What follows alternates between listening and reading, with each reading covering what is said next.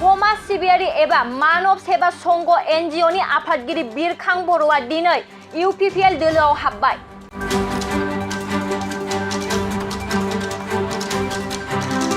दतमा हालामनि मुंदांखा समाज सिबियारि मानव सेवा संघ एनजिअ बेसरकारि गौथुम दानानै रायजोनि गांनाय उखैनायखौ सुफुंबोनो खामानि मावबोनाय थिखादार बिरखां बर'आ दिनै UPPL दोलोआव हाबबाय। दिनै दतमा बियाबनि सिङाव थानाय सेरफांगुरि हाब्रुबारि UN ब्रह्म बिहि OC गोजौ फरायसालिनि गेवलां गेलेग्रा फोथाराव खुंफुंनाय मोनसे जयनिं हाबाफारिनि गेजेरजों समाज सिबियारि मानव सेवा संघ एनजिअ बेसरकारि गौथुमनि आफादगिरि थिखादार बिरखां बर'आ गावजों लोगोआव गावनि सा 1500 अनसायगिरिफोरखौ लोगो लानानै UPPL दोलोआव हाबो। बे समाव UPPL आव हाबनायनि उनाव बिरखां बर'आ खौरांगिरिफोरनि सिगाङाव मा फोरमायदों फै मिन्थिना लानि। बेजोंनो लोगोसे हाबाफारियाव बाहागो लानानै UPPL नि गाहाय नेहाथारि राजु नार्जारि आरो क'क्राझार जिल्ला कमिटि UPPL नि गाहाय नेहाथारि सुरज मुसाहारियाबो खौरांगिरिफोरनि सिगाङाव बाथ्रा बुंथियो। जोंनि दतमा समस्तिनि सिङाव जोंनि माने बयजोंबो मिथिजानाय मुंदांखा सासे समाज सिबियारि बिरखां बर' बिथाङा 1500निबो बांसिन गावनि सापर्टारफोरखौ लानानै UPPL हान्जायाव हाबफैबाय। UPPL हान्जायाव हाबफैनानै बिथाङा दिनै UPPL हान्जाखौ गोख्रों खालामफैबाय। जोंनि बिटिआरनि मानगोनां चिफ प्रमद बर' बिथांनि खामानिफोरखौ मोजां मोननानै आरो जोंनि UPPL हान्जानि नीति आदर्शखौ मोजां मोननानै बिथाङा दिनै रोजा रोजा सापर्टारफोरखौ लानानै जोंनि UPPL हान्जायाव हाबफैबाय। बेनो फोरमान होयो जे दिनै जोंनि बड'लेण्ड ओनसोलाव UPPL नि अनगायै आरो गुबुन हान्जानि जेबो खामानि गैला। UPPL हान्जायानो मोनसेल' हान्जा जाय रायजोनि हान्जा, बयजोंबो मोजां मोनजानाय हान्जा। बे हान्जायानो दिनैहाय गोजोन लाबोदों जोंनि बड'लेण्ड ओनसोलाव। बे हान्जायानो जोंनो रायजो राजानो न्याय होदों। बे हान्जायानो सेल्फ हेल्प ग्रुपनो 75,000 होदों। बे हान्जायानो अरुणोदय होदों। बे हान्जायानो जोंनो हा होदों, अनसाय बिथांखि होदों, गियान सोरां होदों, बड'फा सुपार 50 मिशन खालामदों, आइ अनसाय बिथांखि खालामदों। बेबायदिनो जोबनो गैयै गरिब दुखियानि मोजांनि थाखाय हाबा मावनो बिथांखि लादों UPPL हान्जाया। बेनि थाखायनो दिनै रोजा रोजा सुबुंफ्रा मेइनलि BPF, कंग्रेस आरो AIUDF, आम आदमी पार्टी बेफोरनिफ्राय गासैबो नागारजोबनानै दिनै जोंनि UPPL हान्जायाव जगदान जाफैजोब्बाय।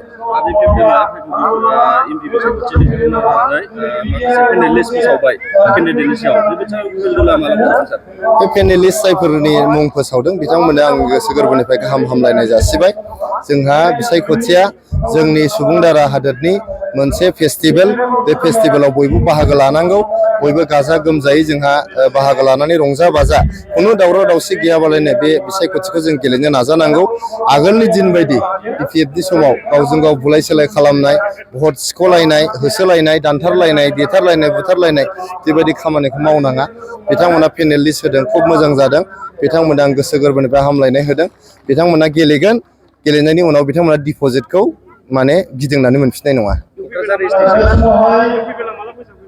जोङो सम जाबानो फोसावगोन। जेब्लानो जोंहा बिसायख'थिखौ फोसावगोन अब्लानो जोङो जोंनि बिजाथिखौबो फोसावगोन आरो फोसावब्ला नोंथांमोननो जों सिगां खिन्थाहरग्रोगोन। गोबाव सम मानब सेवा एनजिअ खालामनानै खामानि मावबोखांनायनि उनावहाय दिनै आं जा सिद्धान्त मोनसे लादों। बे सिद्धान्तआ आं हारसिङैनि नङा, जोंनि मानब सेवा दलनिफ्रायनो जों डिसकास खालामबाय। लोगोसे जोंनि बिटिआर हालामाव एबा जोंनि बे दतमा समस्तियाव जोबोद गोग्लैसोनाय जायनाखि परिबेस, बे परिबेसखौ नुनानै दिनै मोनसे गोसो गाबखांनाय फैदों। जों दिनै मानब सेवा जायनाखि एनजिअनि गेजेरजों समाज सेवा खालामनायाव गोबां रांनि प्रब्लेमाव, गोबां आरो उसुबिदानि थाखाय जों नांगौबायदि पाब्लिकफोरखौ एबा समाजखौ सेवा खालामनो हायाखैमोन। आं ओंखायनो दिनै सानदों जे आंनि बे मानब सेवानि जारनि उनावहाय दिनै मोनसे पलिटिकेल जार्निनि गेजेरजोंहाय आङो समाजनि गांनाय उखैनायखौ बिनिफ्राय बांसिन सुफुंनो हागोन बायदि सानदों। खारन समाजाव दिनैहाय खालि सुबुंखौ अनसायनानैल' जाया, सुबुंजों लोगोसे जोंनि नांगौ जानाखि सुबिदाफोर जेरखम लामा दालांनिफ्राय आराम्भ खालामनानै एग्रिकालसार सेक्टर आरो बेजों लोगोसे गोबां भेटेनारि सेक्टर बेफोरबायदियाव खामानि मावनो थाखाय डिपार्टमेन्टनि खोब दरखारि जायो। आरो डिपार्टमेन्टनि दरखारिसिम हाबहैनांगौबा आं सानदों दिनै बिटिआर सरकाराव अलरेडि UPPL दोलोआ सरकार सालायगासिनो दङब्ला UPPL दोलोआव फैनानै बेनि गेजेरजों समाजखौ आरो बांसिन सेवा खालामनो हागोन नामा, एबा समाजाव गोग्लैसोनानै थानाय गोबां दालां जाम्फै बा गोबां रोखोमनि पाब्लिकनि जानाखि नांगौथि सुबिदा बे सुबिदाखौ आं एसे बांसिन होनो हागोन बायदि सानदों आरो बेखौ साननानैनो पाब्लिकनि खाथिरावनो आं दिनै मानब सेबानिफ्राय UPPL दोलोआव जगदान खालामनाय जादों। नोंथांखौ जे दतमा हालामाव गोबां रायजो राजायानो बेरखां बर' होनोब्ला मिथियो आरो अनसायनो गोसो जायो। दिनै नोंथाङा जुदि राजखान्थि दोलोआव हाबबाय रायजो राजाफ्रा नोंथांखौ माबायदि सापर्ट खालामगोन होननानै नोंथाङा सानो? आं सानदों रायजो राजाफ्रा आंखौ सापर्ट खालामगोन खारन दिनैनिफ्राय गभर्नमेन्टआव आं हाबनाय लोगो लोगो गभर्नमेन्टजों लोगो नांनानै आं जार्निया आरम्भ जाबाय आरो गभर्नमेन्टजों आंनि जार्निया जेब्लानाखि आरम्भ जाबाय पाब्लिकनि सुबिदा पाब्लिकनि नांगौखिनि जानाखि खामानि बेखौ हयथ' आं गाबोननिफ्रायनो आं आरम्भ खालामगोन आरो आं बेखौ सुलु लागोन। सुलु लानायनि गेजेरजों जेब्लानाखि पाब्लिकफोरनो आङो नांगौ बायदि खामानि मावनो हागोन एबा बिथांमोनखौ आङो सहाय होनो हागोन अब्ला पाब्लिकफ्रा आंखौ अट'मेटिक गावसोरनो अनसायगोन बेखौ आंहा आसा दङ। आंजों लोगोसे दिनै 1500 अलरेडि जगदान लिस्ट बाहाय मोनदों आरो गोबां मानसिखौ जों जगदान लिस्टआव खालामाखिसै खारन मानब सेबाया बेवहाय जेसेबां नुजाफैदों बिनि 90%आनो जों मानब सेबा गोजाजोबखा। ओंखायनो जों इसेबां लिस्ट जमा खालामनांगौनि गोनांथि सानाखिसै। ओंखायनो जों दिनैहाय BPF फ्राय नियार एबाउट 1000 ना एसे बारानो नामा बिदि मोनसे लिस्ट फैदों बेबो जों बानायनाय नङा गामिनिफ्राय फैनानै गावसोर बिथांमोना लिस्टखौ होफैनाय गावसोरनि आखाइजोंनो लिरनाय बेवहाय 1000निबो गोबांसिन लिस्ट अलरेडि बाहाय सफैदों। ओमफ्राय आम आदमि पार्टिनिफ्राय बिनि डिस्ट्रिक्ट प्रेसिडेन्ट आरो भाइस प्रेसिडेन्ट बिथांमोनहाबो बाव फैदों आरो बिसोरनि थाबोनाय जानाखि आम आदमिनि पार्टि बिथांमोना बेखौ एसे उनावहाय आंजोंहाय बाहागो लाफैगोन एबा जयेन जाफाबावगोन होनना बिथांमोना बुंदों। आरो गोबां जायगानिफ्राय दिनैबा सर्ट टाइम जानायखाय फैनो हायाखै BPFनिबो गोबां दिल्लीनिफ्रायबो दंबावो बिथांमोनाबो आंनिसिम मेसेज हरदों जे आंनि गेजेरजों बिथांमोना जयेन जाफैगोन आरो जोंजों ज' खामानि मावनो थाखाय बिथांमोना साखाथिया माने थागथियारि जानानै दं। लोगोसे सान्थाल समुदायनिफ्राय दहाय फुङाव बिसिनि इयुथफ्रा 35 जन एकदम सेंग्रा इयुथफोर फैनानै आंजों लोगो जाफैदों। आंजों लोगो जाफैखांनायनि उनाव बे 35आ गाबोननिफ्रायनो आंजों खामानि मावफासिगोन होननानै बिसोर आंनो खोथा होदों।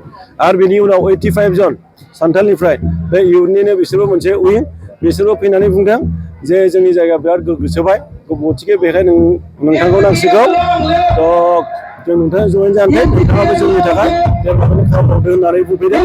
दा आङो खोब मोजां मोनदों दिनैनि दिनाव गोग्लैसोनाया नंमारगौ दा बेफोरखौ बेसेबां हायो 2 बोसोर जोंनि गभर्नमेन्टआव आं गभर्नमेन्टजों थाफानानै मावनो नाजागोन आरो आंहा मोनसे बिसास दं जोङो मानब सेबा मावनानै जिबायदि आवगायबोदोंमोन गभर्नमेन्टआव थाफैनानै जों बेनिफ्राय बांसिन खामानि मावनो हागोन बे जिनिसखौ आंहा फोथायनाय दं आंनि सायाव। बेखौ आं दा जेबो बुंथ'नो हाया खारन बेयो प्रमद बर' सारनि आखायावसो प्रमद बर' सारा पार्टिनि नियम निथिजों माबायदि लाङो बिथाङा माबायदि थिनो बिनि आदर्श बिनि थिननायखौ लानानै आं खामानि मावगोन।